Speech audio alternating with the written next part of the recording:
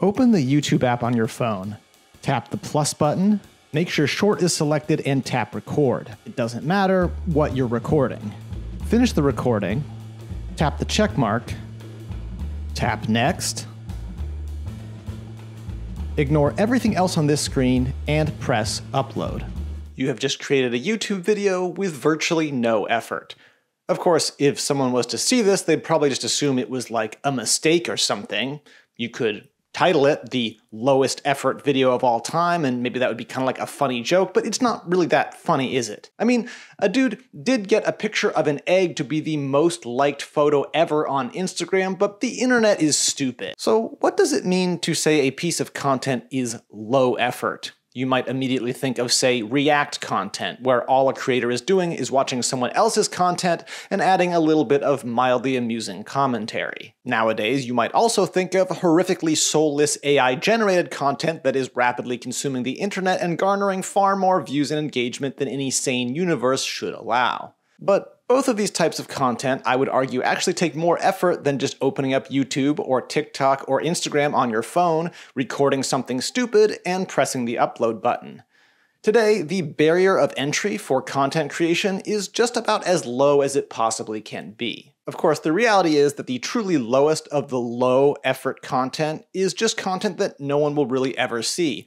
It's content that will probably never be picked up by the algorithm, just a bunch of random videos that kind of exist and aren't particularly interesting or funny in any way. The flip side to this, however, are spontaneous viral moments that were not created out of any effort to attempt to make a successful video. They just exist solely because someone happened to be filming in the exact right time and place. But capturing content like this is so based on luck, and the odds are so stacked against you, I don't think it's really fair to call it low effort. No, I think when people refer to low-effort content, it's usually more a matter of what is the least amount of effort I can spend on a piece of content that people will still actually want to watch.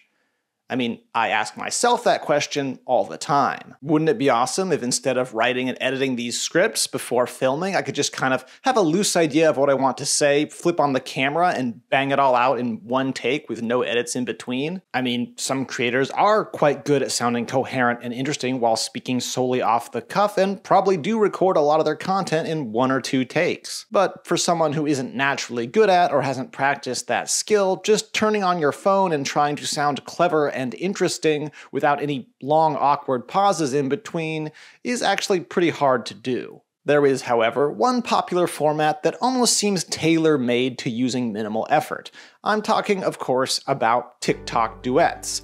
I mean, how hard can it be to just record yourself watching somebody else's TikTok? Now, in general, in my experience, the duets that actually do well do offer something of value, some kind of clever commentary that adds to the experience of the original video. And of course, some duets are literally musical duets, which of course takes a decent amount of skill to pull off. But I've also seen duets with many thousands of views where the person is literally just nodding along to the original video and saying almost nothing. Usually though, if you scroll through a bunch of duets for any given TikTok video, the ones that do the best are offering something. But what that something is can often be a bit intangible, and as much as it pains me to say this, reacting to a video does take a certain amount of wit and charisma to do well. I've been a fan of this guy for a while, and exactly as the name suggests, it's just a chef reacting to various food videos. Seems like something anyone could do, but his background in the restaurant industry combined with a dry sense of humor and monotone delivery somehow just works really well when he's watching people, you know, melt down several kilos worth of butter. One group of people who are often accused of being masters of low-effort content are, of course, live streamers. On paper, being a streamer seems like one of the easiest forms of content creation you could possibly imagine. You turn on the camera, play video games, or react to YouTube videos, banter with your chat, and somehow make millions of dollars in the process. But of course, that's a bit misleading. because most of the most popular streamers do offer something that the average person can't. You may watch your favorite streamer and think to yourself, yeah, I could probably do that, but I guarantee you that trying to keep up with all the competing aspects of a stream while not leaving your audience totally bored in the process is definitely a skill that takes practice. So, for some low-effort content, it may seem like a walk in the park, but the actual effort comes in the form of the practice it takes to actually be engaging and authentic in front of a camera.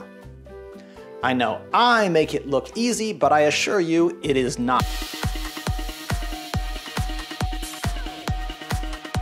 Sam Sulek is a massive bodybuilder with over 3 million subscribers who is, for some reason, constantly brought up in discussions about the current YouTube meta. His simple style of filming with minimal cuts or editing of any kind has often been used as evidence of a so-called return to authenticity here on YouTube.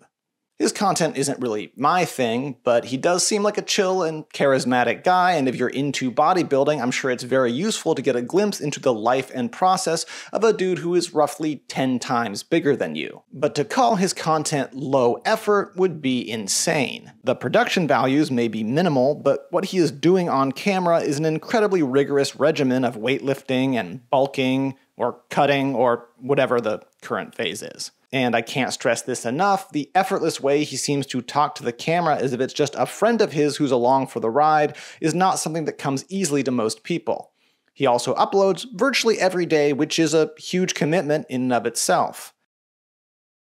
Like I said before, I have often wondered what it would be like if instead of scripting these videos, I just came up with a loose idea of what I wanted to say, popped on the camera, and started winging it. But while I have occasionally experimented with less tightly scripted content, I continue to find that writing things down beforehand is the best way to capture all of my thoughts and make something that actually seems coherent and cohesive. And I'm pretty sure that's the way the majority of video essay content creators approach things.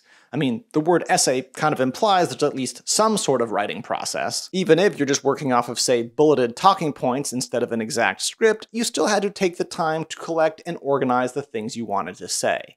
And I may be a bit biased, but I don't think most people would call video essays low-effort content.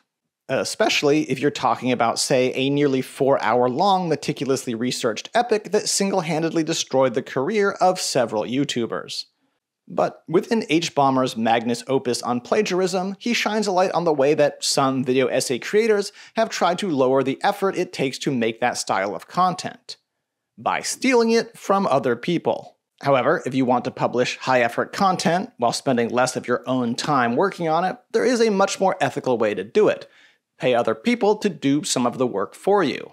At first, this usually means hiring an editor. That way the script and on-camera presentation is still done by you, but you don't also have to spend hours upon hours searching for just the right couple clips to tie a section together, only to eventually decide to just cut that section out entirely. Now, maybe you're thinking, well, I can't afford to pay anybody, but I very much still want to make high-effort content without actually expending very much of my own effort. I don't want to directly steal from someone, but I'm more than happy to indirectly steal from thousands and thousands of artists via a vast data set that people are still trying to sift through the ethical ramifications of tapping into. Look, I don't really want to talk about AI.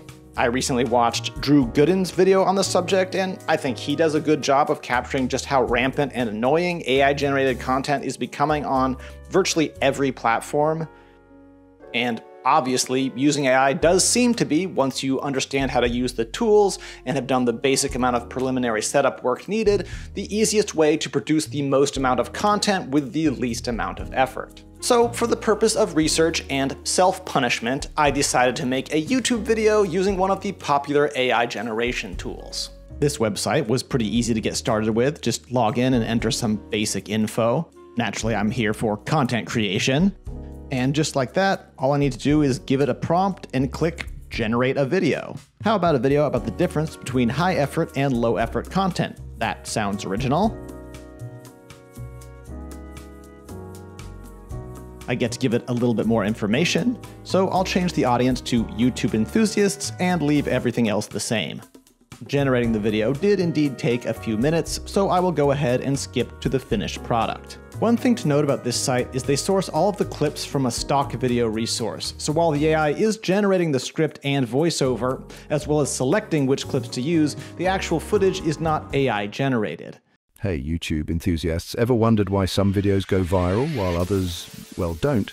I have often wondered that. I also wonder if this video will answer the question for me, so let's find out. It's a question that has puzzled many content creators and viewers alike. No, just kidding. I'm not actually going to make you sit through this entire 3 minutes and 50 seconds, so here are just some highlights. Think about Casey Neistat. His vlogs aren't just point and shoot. They are meticulously crafted pieces of art. You know, it gets the Casey Neistat reference in there. I told it to cite specific examples, so there you go. Of course, it can't actually show Casey himself, so that's a bit weird. Sometimes a simple, unedited video can go viral too. See, that's exactly what I was saying. Sometimes low-effort content is the most viral content. Remember the Charlie Bit My Finger video? It was a candid moment that captured the hearts of millions. It was spontaneous and real. There was no script, no fancy equipment, just a genuine moment between siblings. Look, I have no idea what those visuals have to do with anything, but Charlie Bit My Finger is kind of a good example of what we're talking about here. Anyway, that is enough of that.